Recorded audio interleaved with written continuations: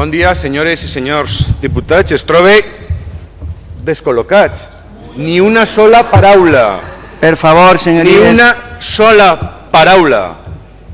Senyor Moreno, de la Iniciativa Legislativa Popular. I els grups minoritaris, tant el senyor Blanco com el senyor Morera, parlant de la reapertura de Radiotelevisió Valenciana. Sembla que ni siquiera s'han llegit la iniciativa. Miren, només uns mitjans audiovisuals, sí, dic això, senyor Blanco, la Iniciativa Legislativa Popular, que han firmat més de 80.000 persones, no parla de la reapertura de Radiotelevisió Valenciana. Parla d'un nou servici públic de Radiotelevisió Valenciana, que no és el mateix.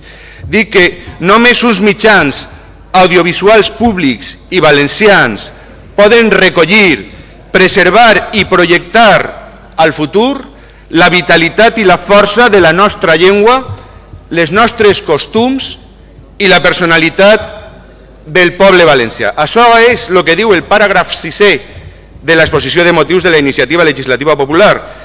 I entre les funcions i objectius dels servicis públics a prestar destaquen, i torne a obrir cometes, garantir la llibertat d'expressió i els drets dels ciutadans a rebre una informació objectiva, veraç i imparcial, promoure la convivència cívica, el desenvolupament plural i democràtic de la societat i el coneixement i respecte de totes les opinions i opcions polítiques, socials i culturals, recolzar la integració social de les minories i atendre als grups en necessitats específiques, així com la protecció de la joventut i de la infància, i la igualtat entre homes i dones, promoure la difusió i el coneixement de les produccions valencianes, impulsar el desenvolupament del sector audiovisual valencià i així contribuir a la dinamització econòmica i la creació d'ocupació, i el foment de la producció pròpia.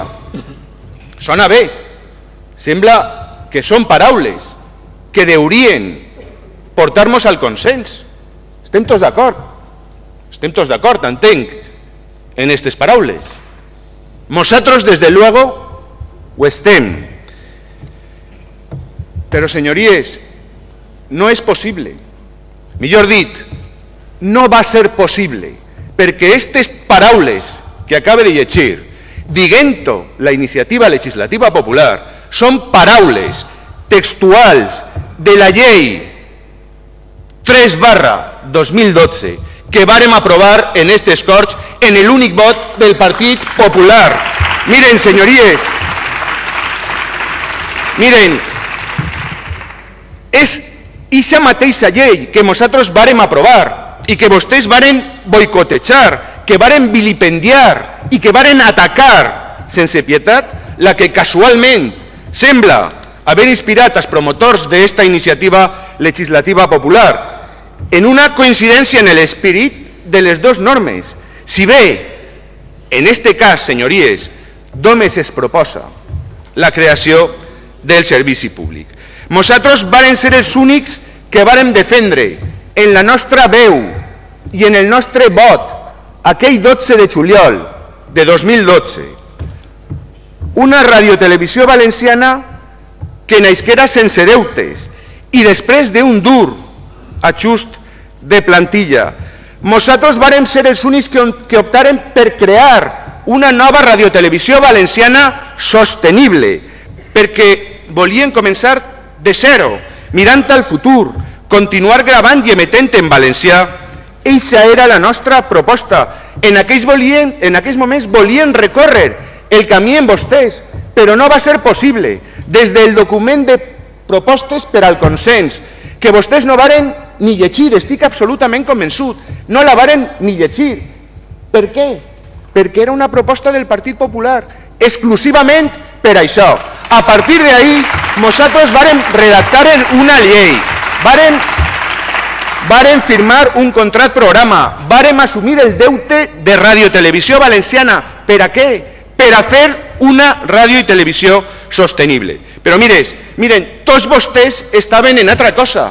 Tots vostès estaven en boicotejar tots i cada un dels pas que se donaven en aquest moment per a evitar que aconseguirem una televisió valenciana sostenible i viable. Una nova televisió, senyories, era possible, la única possible.